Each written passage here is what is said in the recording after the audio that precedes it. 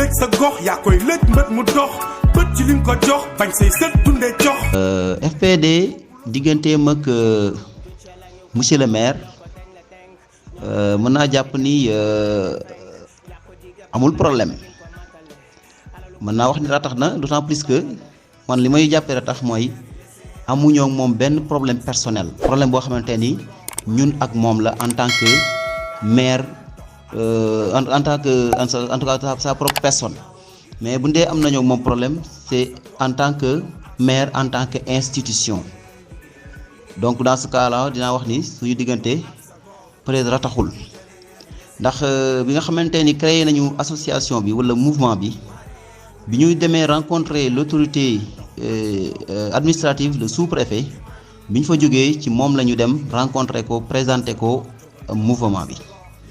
li mu ñu tontu woon mooy man maay seen premier partenaire te effectivement loolu moo war a nekk mais loolu ci ay tuñam dong la yamoon ba fii may waxee ak yow monsieur le maire de Méouane Bara Ndiaye amul dara loo xamante ni mus na koo jàppale mouvement bi di FPD musu ko encourager aussi ci benn initiative au contraire lu mu mën ci en tout cas naxasal ko la ñuy wax da koy def parce que ku ne dégg na problème mu toobeem bi fi amoon bi mu amee ñuy jàpp ay jeunes 17 jeunes de la commune dont man maa ngi ci woon en tant que coordonnateur donc bi ñu jàppee arrêté ñu fële ca Thiès def nañ fa une dizaine de jours moom li mu def mooy dem ci saalam def benn vidéo di wax naan xob bi li ko dugal ci kàmb gi du ko ci génne kooku ku la yéene jàmm du ko wax te alors que mouvement bi lépp lu muy def c'est pour askan wi donc ñun li ñu doon def moom moo ko waroon def ñu ko ci jàppale mais dafa mel ni da cee xaw a jaloux da cee xaw a fiir mais li am ba des daal mooy sa propre personne moom amuñoo moom benn problème mais peut-être bu ndee am nañu moom problème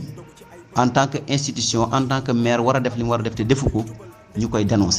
yéen a ngi ci TAS Info ci seen émission bii di xam sa gox gan gi di Cheikh Fall. jërëjëf sëñ Cheikh ci leeral yu am solo yi nga xam si indi nga ko rek ci diggante mouvement bi nga jiite ak le maire de la commune de Méouane monsieur Bara Ndiaye mais tey jii comme tudd nga ko rek dañ ciy ñëw mooy ci 17 jeunes yooyu nga xam ne jàppoon nañ leen.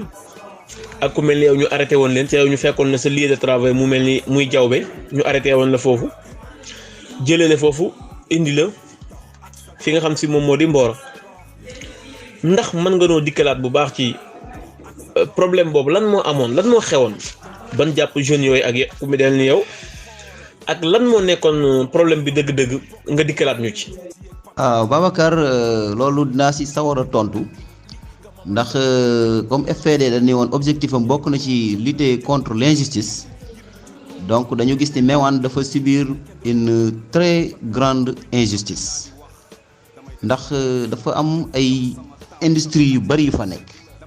ñu mën cee citer ICS GCO Synergie Tobène Power Parc éolien et que sais-je yooyu yëpp di ay entreprises yu nekk foofu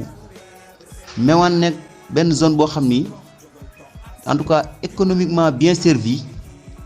mais socialement en tout cas mal servi comme daal Méouane dafa mel ni ku nekk ci montagne or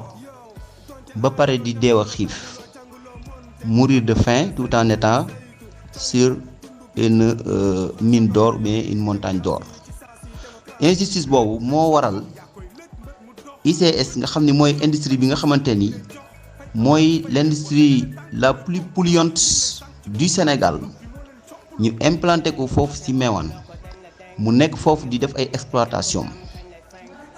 donc ci exploitation yooyu day faral di jël li nga xamante ni mooy suufu baykat yi ndax nee na concession la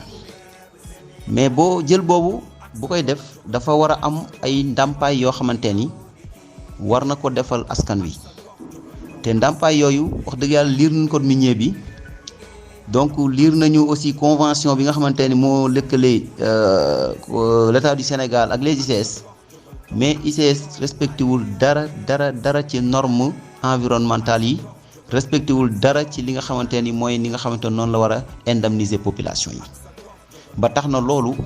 indi woon ay problème bi mu ñëwee nag ba nga xam ne egsi na Tobène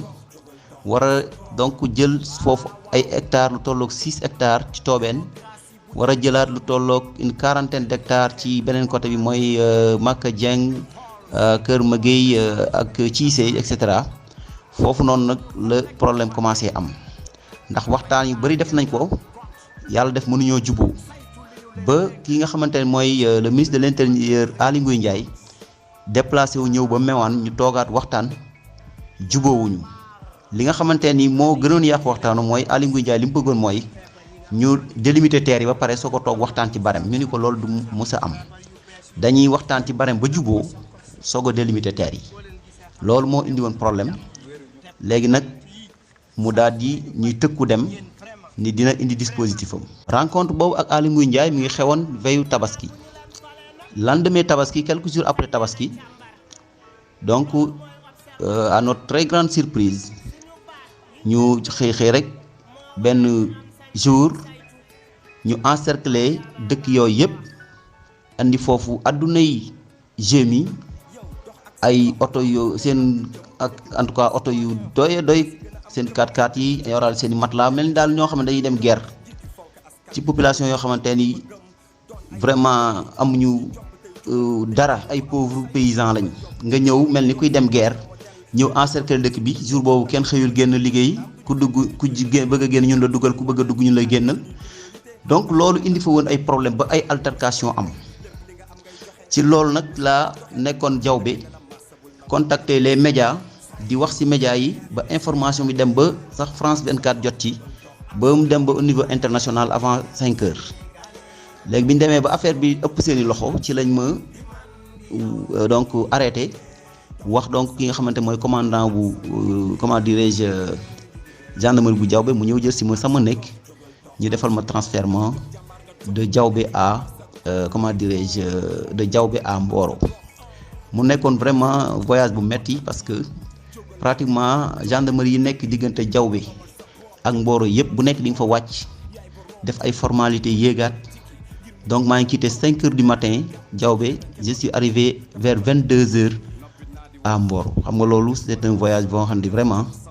metti na alors que mënoon nañ ko def ci moyen de vraiment 5 heures de temps alors donc loolu moo indi woon problème bi mooy que tout simplement ICS injustice bu metti lay exercer ci kaw population Méouane ba ñu dogoon taxaw ni ko déet. jërëjëf Serigne Cheikh macha allah amati na solo trop ci leeral boobu nga xam ni indi nga ko ci li nga xamante ne si moom moo xewoon foofu ci jamono boobu comme noonu nga ko waxee rek noonu la amee woon ndax ñu ngi doon suivre ñu nit information ci période boobu noonu fi ma bëgg nga dikkal ñu ci ndax ba tey diggante mouvement bi nga jiite ak le maire de la commune monsieur Bara Ndiaye ndax it nag am na ñu bëri ñu wax ni. monsieur le maire de la commune mi ngi def ay liggéey yu am solo mi ngi def ay réalisation ci commune bu Méouane mais gis na ni yéen bi nga xam si jamonoy Covid bi ñëw na gis nañ ni maanaam def na lu bëri dimbalee ko askan wi ak yooyu mais ci période boobu gis nañ ni sa waa sa mouvement bi nga xam si moom nga jiite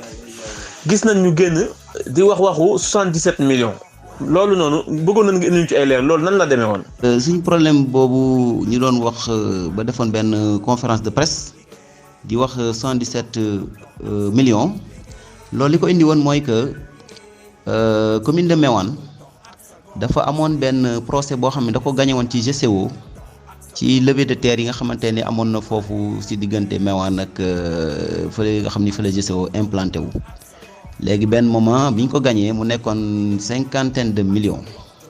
53 millions 500 plus particulièrement bi loolu amee. tombé Covid bi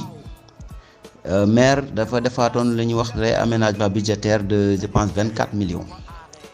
loolu bi ñu ko boole ci la nekkee 77 millions mu en tout cas waxoon ni da ci dimbali askan wi dina ci def en tout cas ay ndimbal mais bi ñu xoolee gis nañ ni li mu waxoon yu bari en tout cas daanaka sax mën nañu wax ni daanaka defuñu woon dara jamono yooyu il a fallu que gars yi yuuxuwaat. mu soog a donc réagiraat te ba léegi 24 millions yi moom gis na ni dépensé bu ko ndax boobu ñuy wax noonu benn 9 millions la jëloon jënde ko jiwu gerte ci 77 millions yi te ba mu ci jëndee jiwu gerte aussi ay militants la ko jox dëkk boo dem ña ko fa nekkal ñoom la ko jox ku ko fa nekkalul doo ca am loolu mooy beneen bi mooy que aussi bi ñu demee ba def conférence de presse boobu après même le premier adjoint au maire ak beaucoup de conseillers aussi dañu defaat lu mel noonu donc décrier gestion bi ba yokk nañ ko sax ñoom ba 100 millions ñun 117 la ñu waxoon mais ñoom avec seen chiffres yi ñu jox wan ñu ko donc dem na ba egg 100 millions donc gis na ni kon foofu mauvaise gestion am na fa donc ndax boo demee ba ñi nga àndal di liggéey sa premier vice président dem ba nemmeeku ni yow lii ngay def baaxul ba bàyyi la donc jàpp naa ni kooku gestion c'est à revoir donc l'histoire nous a donné raison ndax ba ñuy jëkk a def suñu conférence de presse booba premier adjoint ba nekku fa woon mais deuxième point de presse bi ñu ko defee ñoom ñoo ñëw en tout cas defaat beneen troisième bu gën a leeral ba yokk ci sax en tout cas avec des chiffres à l'appui ba mu mat 100 millions yoo xam ne Covid bi génn na ko te Mewane population bi gisuñu ci seen bopp ba tey jii ginnaaw bi ci la jëlaat nee na 44 millions jënd ci ay ceeb distribuer ko vraiment gis nañ ko mais distribution baat laisse à désirer toujours est-il que donc séddale comment dirais-je bukki la koy def quoi waaw loolu daal mooy li nga xamante ni moo amoon ci jamono yooyu donc monsieur le maire daal ñun li ñu gis mooy dafa doon koo xam ni dafa ñëw pour en tout cas dunde askan wi mais vraiment dundalul askan wi. c'est vrai que nag mënuñu ni en tout cas lépp ci gestion dafa négatif wala dafa négative am na lu mu def peut-être mais li mu ñàkk a def moo ëpp te li gën a priorité yi defu ko ndax boo xoolee côté santé dafa sooxe Mewane trop éducation dafa sooxe trop culture dafa sooxe trop bien que tey jii doon na inauguré benn claque foofu boo xamante ni depuis ñun ba ñu nekk université ñu ngi doon xeex pour ñu réhabiliter ko donc en tout cas tumuranke nañu yu bëree bëri wàllu sport dañ fa tumuranke wàllu yoon nag waxaale mu ko parce que Mewane 1 mètre de goudron amul ci commune bi à part route nationale bi li nga xam ne dafa jaar excentrement wala xam nu ñu ko mën a waxee de façon excentrée en tout cas laal ci côté Ndoukoura bi ak côté Kër Ndiaga Mbaye ak dëkk yooyu romb fa dem donc comme biir commune Mewane 1 mètre de goudron amu fa yooni suuf yi naqari benn rang-rang bu metti wala ñaari rang-rang yoo xamante ni wax dëgg yàlla ku ci jaar wootul fa ngay doxee maanaam feebar wala nga doxee. naxa la ñu jàppee di ñu zappé loolu la ñu constaté bu ñu faloo dañu fàtte ñoom amuñ gàcce ay xeer moo ñu nar a àtte. ci falu balaa dara di xew ñu seet lu coppeeku ni muy dundee réew nekk arrogance ma tey gu mat sëkk lay dundee. li nga xam ni moom moo ciy topp ndax li ngay wax ni nekk na lu garaaw ndax est-ce que li ngay wax ni am nga ci firnde ay preuve yu tangible yoo xam si am nga ko ci comme ci gestion monsieur le maire bi nga xamante ne si wax nga ko. ay preuve tangible lañ ci am ndax bi ñuy def conférence de presse bi ay données lañ am ay données yoo xamante ni c'est signé par le maire donc beneen bi mooy li nga xamante ni mooy procès bi ñu ko gagné procès bi ak GCO ñoom ñoo jël chèque bi donc partagé ko fu nekk ñu yëpp gis ni 53 millions 500 la. donc bi ñuy voté 24 millions kii réaménagement budgétaire boobu tamit 24 millions yooyu ñu waxoon moom lañ def réaménagement budgétaire yi ñun ñëpp jot nañ ci gis nañ papier yi donc lépp li nga xamante ne daal wax nañ ko fi ay chiffres yu à l'appui lañ ci am d'ailleurs sax am na benn moment il fii bi ñu njëkkee def article bi am nañu waxoon lu mel nii laaj ñu question bi d'ailleurs ñun ñoo leen posté nañ ko Facebook posté nañu lépp données yëpp dañ ko posté Facebook yaakaar naa ni bu revisiter Facebook di nga gis bu baax lépp li nga xamante ne ay données la te c'est des données fiables. électricité commune bu Mewane fan la ci toll ndax yaakaar naa ni wàllu yoon moom ñëw nga ci kon ma wàllum électricité ak wàllum ndox fan la ci commune bu Mewane toll. courant aussi ak ndox c'est un problème à Mewane surtout ndox ndax bërki démb rek ba fii may wax ak yow nii. am na dëkk yoo xamante ni ñu ngi nekkee côté bi ñuy wax Señaxoor mooy Toobeen ay Mbay Bakar Njuufeen Ndaar yi dëkk yooyu nga xam ne dañoo nekk autour de wala aux alentours de ICS ñoom daf leen a xañ ndox jamono yi fu ne la ñuy dem di fuuti ndox amuñu ndox ndax ICS nee na li mu yor ci ndox léegi doyatu ko ba tax na mënatu leen cee jox fi mu ne nii ñu ngi souffrir problème bu sérieux ndox waaw beneen bi mooy dëkk yu mel ni ca kaw côté Ndombil ay temps ñoom it doon nañ fi jàmbat wàllu ndox ak yeneen dëkk yu nga xam nekk na ci yeneen côté yi ndox daal nekk na fi tamit vraiment un sérieux problème rawatina nag dëkk yi nga xamante ni ñoo nekk aux alentours des ICS. courant aussi courant yaa ma neex lay def boo xoolee dëkk yi nga xamante ni yëpp ay dëkkam lañu jàpp na ay militants ñoo fa nekk defal na leen courant parce que man mii di wax ak yow sama dëkk wax naa la ko sama introduction moo gën a jigee Mewane ci dëkk yi nga xamante ni ñoo ne ci commune bi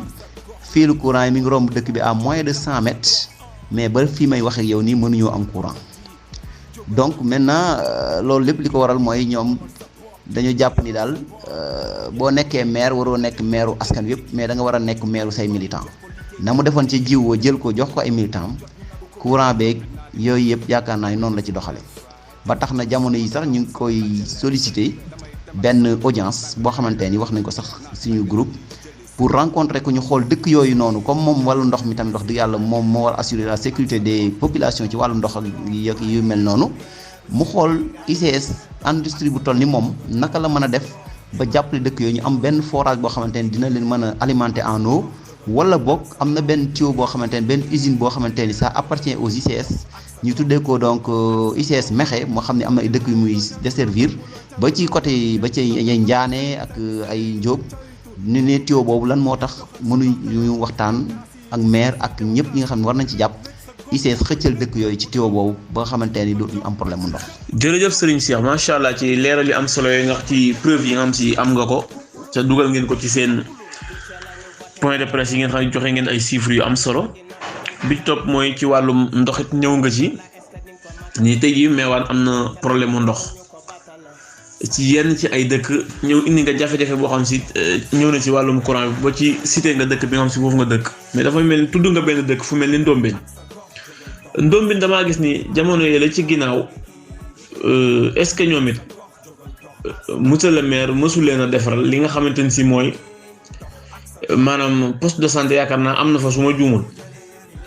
est-ce que du monsieur le maire moom moo taxaw liggéey boobu ba mu am fa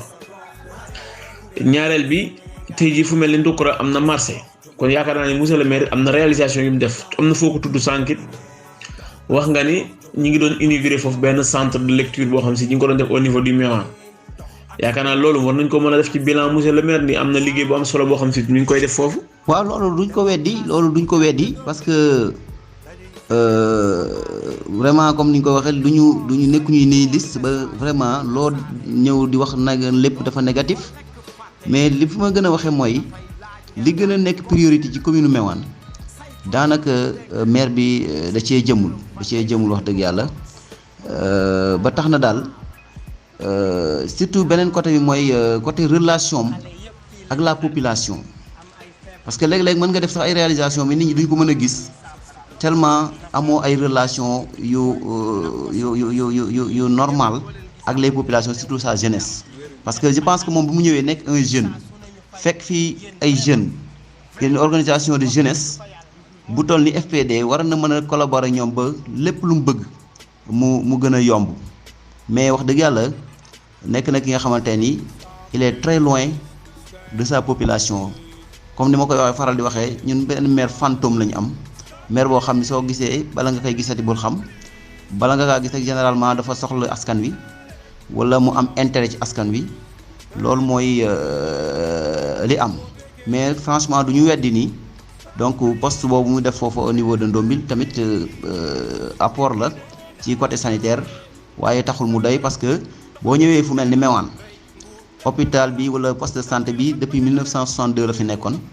boo fa demee doo dépaysé en tout cas ña nga xamoon nañ ko 1962 bu ñu fa demee duñ dépaysé wu ça manque de tout. boo fa demee c'est tellement délabré amul ay lii amul ay ventilo vraiment médicament waxaale mu ko ICP ba fa nekk mooy fay boppam. bu fekkee da nga fàtte lu ñu daj ba ngay toog doole mais maa ngi ñëw fàttali la yàqu waxtaan wi jeexul nañu dem teewlu ñetteelu xaaj bi dafa mel ni sax moo gën a tàng ñaar yi ngeen jot a dégg ndax meewaan dañ ko mos yowmal xiyaam bu jaree ñu teg ay pour saxal fi jaam léegi doona dalee ci nguur faw gori sang gis-gis li génnul ci seeni poos ñun askan dañuy itteel dañuy paas